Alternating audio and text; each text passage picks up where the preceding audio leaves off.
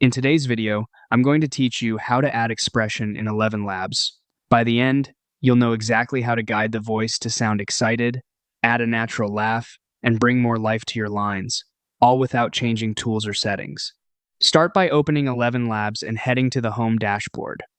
From there, look to the left-hand sidebar and select Text-to-Speech. This takes you to the page where you write the words you want the AI voice to say. Front and center, you'll see the prompt box, the large text area where you enter your script. This is where expression happens. ElevenLabs understands simple, natural directions placed in square brackets, so you can steer the delivery with short cues like excited or laughs. Keep these cues brief and clear, and write them in plain language. Place a cue right before the words you want to shape. For example, excited, I can't wait to get started. You can also drop a cue inline to color just a phrase, I can't believe it laughs, that actually worked.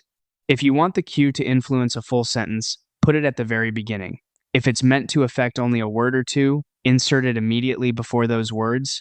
A few practical tips help the model follow your intent. Use one strong cue at a time rather than stacking several together. This keeps the delivery clean and avoids confusion.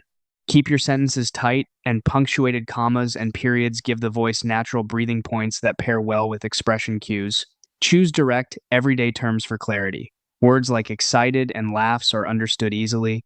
If a line still feels flat, try moving the cue a little earlier or trimming extra words so the focus phrase lands right after the bracket. As you build your script, think of the brackets as stage directions for the voice.